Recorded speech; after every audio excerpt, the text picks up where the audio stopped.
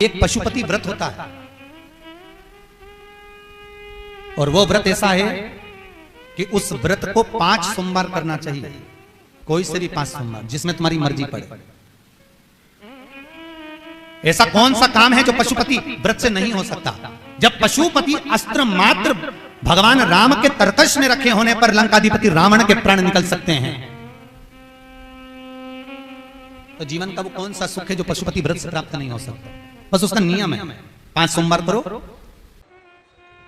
बीच में अगर तुम्हारा कोई काम अड़ गया, रजोधर्म आ गया, कोई व्रत तुम्हारा पड़ गया, छठ पड़ गई, तीज पड़ गई, चतुर्थी पड़ गई, एकादशी पड़ गई, या तुम कोई व्रत करते हो वो उस दिन पड़ गया, तो उस व्रत को छोड़कर अगले व्रत को गिना जाता।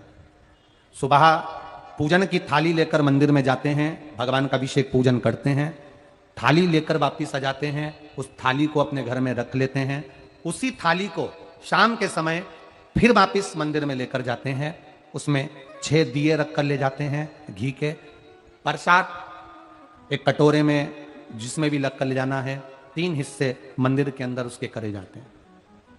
दियों को मंदिर में जमीन पर नीचे रखा जाता है, 6 दियों को प्रसाद के 3 हिस्से कर दिए जाते हैं, शिव जी की पूजन कर दी जाती है, पूजन कर कर प्रसाद के 2 हिस्से मंदिर में रख दिए जाते हैं, जो कागज ले गए, दोने ले गए, पात्र ले गए, उसमें 2 हिस्से वहीं छोड़ दिए जाते हैं, 1 हिस्सा थाली में रख लिया जाता है, 5 दिए जो जलाए हैं वो वहीं रखे रहने दो, 1 दिया जमीन पर से वापिस उठा लो, जिसको जलाया नहीं है उसको थाली में रख लो, शंकर भगवान से प्रार्थना करो, बाबा आज मेरा पहला पशुपति व्रत है, भोलेनाथ आप स्वीकार करना, मेरे मन की कामना ये है बाबा जिसके कारण मैंने ये व्रत किया है। व्रत का बोलकर, दिया लेकर, प्रसाद का 1 हिस्सा लेकर, थाली लेकर वापिस अपने घर पर आओ। घर के दरवाजे में जब अंदर प्रवेश करो, सीधे हाथ की ओर बाहर घर के बैठ जाओ, घर की ओर मुख करो और सीधे हाथ की ओर बैठकर घर की ओर मुख कर कर वहीं पर 6ठे नंबर का जो दिया लेकर आई हो उसको जला लो, बाबा से यहाँ प्रार्थना कर लो, भोलेनाथ मेरा कार्य ये है, इसको सफल करना। घर में प्रवेश कर जाओ। भोजन करते समय सबसे पहले जो प्रसाद का 1 हिस्सा तुम मंदिर से लाई हो, पहले उसको भोजन के समय पर पहले उसको खाओ, इसके बाद फिर भोजन करो। अपने प्रसाद के हिस्से में से किसी को प्रसाद नहीं देना। प्रसाद भगवान के मंदिर में जब बनाकर लेकर जाओ, कढ़ैया में, भगोनी में उतना ही प्रसाद बनाना जितना प्रसाद मंदिर जाएगा। आप 1 कटोरा भरकर ले गए और थोड़ा सा कढ़ैया में छोड़ दिया तो आपका व्रत सफल नहीं हो पाएगा। प्रसाद उतना ही बनाना, अगर ज्यादा बना है तो ज्यादा ले जाना पड़ेगा, कम बना है कम ले जाना पड़ेगा। प्रसाद कढ़ैया में, पात्र में छूटना नहीं चाहिए। जो शंकर जी के लिए बनाया है तुमने उतना की उतना पूरा लेकर जाना पड़ेगा। ये नहीं कि मैं बच्चों के लिए थोड़ा बना के छोड़ जाऊं, बच्चों के लिए थोड़ा घर वालों के लिए बनाकर छोड़ जाऊं, ना, जितना बनाया सारा लेकर जाना पड़ेगा। इसलिए उतना बनाओ जितना तुम्हें मंदिर में ले जाना। पात्र खाली होना चाहिए, तब उसको लेकर जाओ, 3 हिस्से करो, 2 हिस्से मंदिर में रखकर 1 हिस्सा लाओ। 4 व्रत पूरे हो जाएं, 5वां व्रत रहे, बाबा से विनती करते हुए 108 चावल के दाने, मूंग के दाने या फूल या पंखड़ी या बेलपत्र आदि जो भी आप बाबा को 108 चढ़ाना चाहें वो ले जाओ। एक श्रीफल, कुछ भेंट साथ में लेकर जाओ, भगवान को नमन कर कर भाव के साथ में ध्यान देना। जो 108 सामग्री ले गए हो वो भगवान को समर्पित करो। नारियल और भेंट 11 रुपए, 21 रुपए, 51 रुपए जो भी तुम लेकर गए हो, वो जो जलाधारी है, जलाधारी का मतलब होता है ये जहां पर शिव जी का शिवलिंग रखा है, ये जलाधारी, ये जल, नारियल भेंट इस जलाधारी पर कभी नहीं रखना चाहिए। जो नारियल भेंट जलाधारी पर रखते हैं उनकी भी कामना पूर्ण नहीं होती।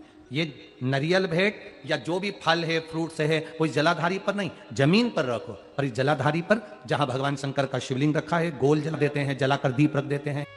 6ठा 5वां व्रत भी ऐसे ही करो और बाबा से विनय करो, पशुपतिनाथ से विनती करो। पशुपति व्रत एक ऐसे व्रत हैं जो नारी, पुरुष, बच्चा, बूढ़ा जो करता है उसकी मनोकामना भोलेनाथ पूर्ण जरूर करते हैं, ये निश्चित है। अगर पति पत्नी दोनों व्रत कर रहे हैं, कभी कभी किसी का व्यापार नहीं चलता या नौकरी नहीं लगती या किसी कार्य के कारणवश, तो पति पत्नी दोनों व्रत करते हैं, एक साथ करते हैं, उन दोनों की थाली अलग जाएगी, दोनों का प्रसाद अलग जाएगा, दोनों के दिए अलग जाएंगे और दोनों अपने अपने प्रसाद को अलग से पाएंगे, एक थाली लगकर नहीं जाएगी। मां और बेटा कर रहे हैं तो भी थाली 2 ही जाएगी, बेटी और मां कर रही है तो भी थाली 2 ही जाएगी। प्रसाद के हिस्से 2 थाली ले जाने का मतलब होता है प्रसाद जो बना कर लेकर गए हो उसके 3 हिस्से होना चाहिए। अगर माँ और बेटा एक ही थाली लेकर गए तो प्रसाद जो आएगा वो एक हिस्सा आएगा, एक हिस्सा वापस आएगा तो उसमें से 2 भाग फिर हो जाएंगे, तो उसका फल नहीं मिलता। इसलिए पूजन करने वाला अगर 2 व्रत कर रहे हैं, 3 व्रत कर रहे हैं, कोई घर के 3 लोग देवरानी जेठानी सब मिलकर व्रत कर, सबकी थाली अलग जाए, सास बहू कर रहे हैं उनकी थालियां अलग जाएंगी। जिस मंदिर में पहला व्रत करोगे उसी मंदिर में 5 व्रत करना है। मायके चले गए हो, सोमवार का दिन पड़ गया, तुम्हारा व्रत था, उस व्रत को माना नहीं जाएगा। मायके गए हो तो मायके में आराम से खाओ पियो मौज करो, अपनी जिंदगी आनंद में जियो। वापिस जब आओ फिर वापिस व्रत करो, पर गिनती 5 ही रहेगी, 5 से ज्यादा। हाँ, कभी कभी फाइल अगर ज्यादा मोटी होती है तो इसको दबाने में समय लगता है। कभी कभी 3 महीना इंतजार करा, व्रत करा और पूर्ण नहीं हुआ, समझ लेना कुछ ना कुछ बाबा को बुलाने में कमी रह गई होगी, कहीं अहंकार आ गया होगा, प्रसाद बनाते समय कुछ भूल हो गई होगी, दिया मंदिर में भूली आई होंगी, या कुछ कारण हो गया होगा, कुछ ना कुछ हुआ है।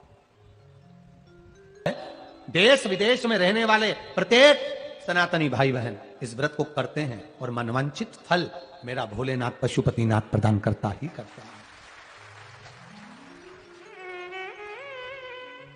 कई लोग उसको गुनगुनाते रहते हैं, जय पशुपतिनाथ हरे।